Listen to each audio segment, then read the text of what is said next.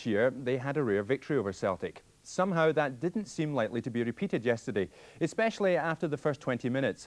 But as Jerry McNee now describes, the team from Edinburgh did put on a capital show.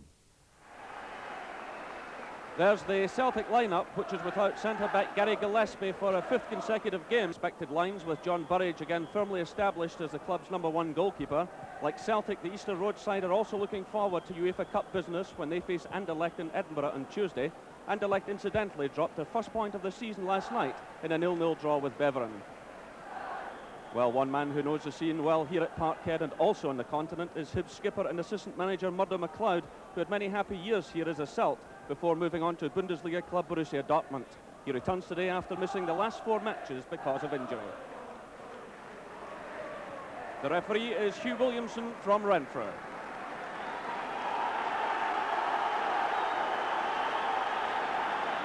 So it's Hibs who get the match underway in what used to be called the Battle of the Greens, but Hibs wearing purple jerseys and black shorts this afternoon for this.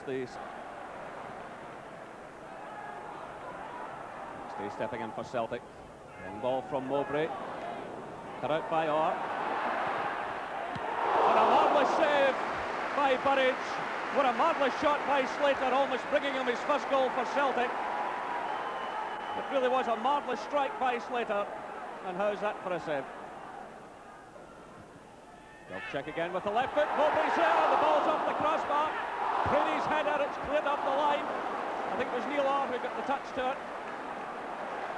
Well, certainly a splendid start by Celtic. He could have easily had 2 goals in these opening minutes. Good play again by Collins. Slater. And a good interception by Miller, but he gives it away to Wdowczyk. Go through now for Collins. Jackson's with him all the way. Collins wins it for Celtic. And the ball goes behind for the corner, but Darren Jackson was being called over by the referee just on the edge of the... Oh, Burridge shouting instructions.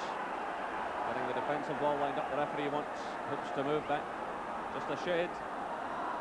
Well, Wdowczyk has his shooting boots on today and he's standing over the ball at the moment. Fires it in again.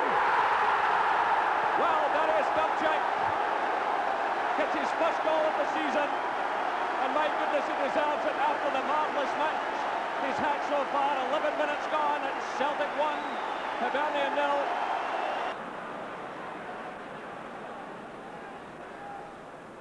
Play going on. It's Murdo McLeod for Hibs. And a free kick awarded to Hibernian. That gives Mowbray a chance to get his right foot back on. As Murdo McLeod shapes up to take the kick. The chance on for Darren Jackson. Well, Brian O'Neill cutting in front of Tony Mowbray. The ball broke to Darren Jackson, and Hibs won't get a better chance in this game. McStay of Celtic. Keith Wright getting the touch, headed away by Mowbray. The chance on for Keith Wright, and that's a marvellous goal by the Hibernian striker. 42 minutes gone, and Hibernian get themselves back into this match. A marvellous goal by Keith Wright, his 3rd of the season. And my goodness, he didn't have drill at home, giving Gordon Marshall absolutely no chance. It was actually Keith Wright who got in that little back header. The ball was partly cleared, and then he came in again and hammered the ball past Gordon Marshall. And I'm sure Payton, who get the second half underway for Celtic. I'm quite sure both managers have been reading the riot act in the dressing rooms at half-time. In the opening 20 minutes or so, Celtic looked as though they'd sweep Hibs off the field. And then Hibs came dramatically back into the game. Wright. Solid challenge by Mowbray. It's McStay playing it into space for Craney to chase. Craney against Orr. Celtic getting plenty of players forward. Slater gets a touchdown. It's knocked away though by Beaumont. Almost finding Payton there. Here's Wdowczyk switching the play to Craney. Boyd, McStay. Oh, marvellous goal by Paul McStay! minutes gone, and Paul McStay gets his first goal of the season. And vintage McStay, a terrific finish by the Celtic captain. McLeod.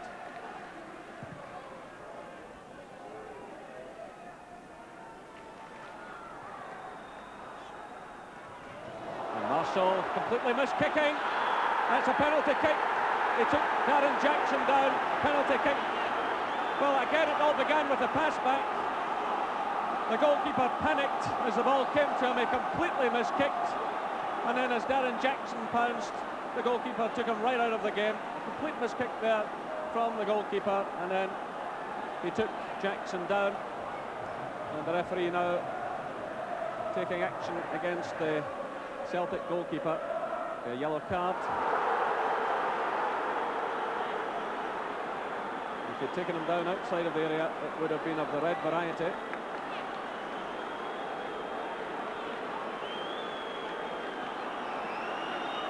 So Darren Jackson scored his first goal for Hibs from the penalty spot. Can he do it again? He does, with some style. Celtic 2, Hibernian 2. 65 minutes gone. And Darren Jackson slotting it away perfectly.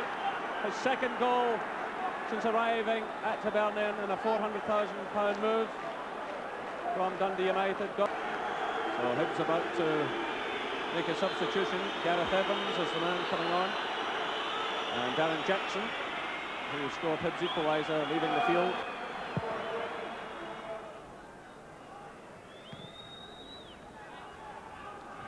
It's Hamilton's header. Wright stepping in for Celtic. Now it's Miller. Ukrainian Payton as ever in the middle. It falls behind them though to Slater. It's Weir back helping in defence, doing some sterling work. It's cleared upfield by Willie Miller.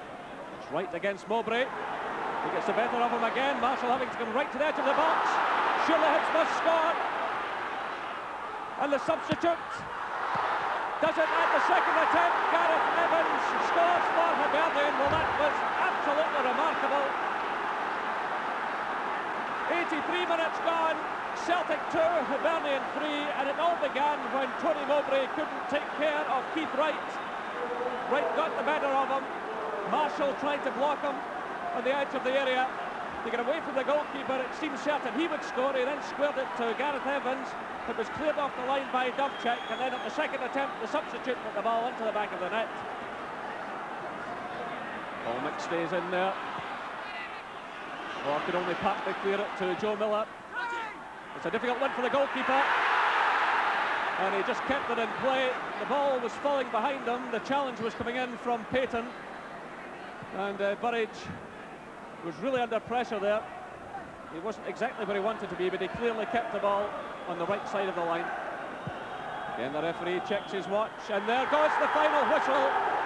And in the end, a remarkable victory for Alec Miller and for Hibernian. Warm handshakes there between the managers. Sporting handshake from Liam Brady, but there's the man who made the difference. Gareth Evans came on late in the game and scored the winning goal with just 7 minutes to go after a mistake in the Celtic defence. Gordon Marshall then tried to block Keith Wright. The ball was played through to Evans, and at the second attempt he slammed it into the back of the net. The final score here at Parkhead: Celtic 2, Hibernian 3. Alec, it's the perfect result for you before an important European match. Oh yes, definitely. To come to Glasgow and play Celtic and be twice behind and come back and win the game 3-2, excellent. The players deserve every credit they can get. Your strikers particularly performed well. We saw today why you paid $400,000 for Darren Jackson, $500,000 for Keith Wright. Yes, I feel that the two have worked well today. That's maybe their best game together as a pairing, and they definitely pose Celtic problems. Do you realise that's the first time since the mid-60s that Hibs have scored more than 2 goals here? Well, hopefully it's a good omen for Tuesday night, and we can maybe keep some of them again for Tuesday. There were some good set pieces as well. You've obviously been working hard in the training ground. Yes, we have. We try and be organised because we feel that's the way that we can challenge the top clubs. We don't have the monetary values that they have in the signing of players, and we try and be organised, and that's how we can compete at this level.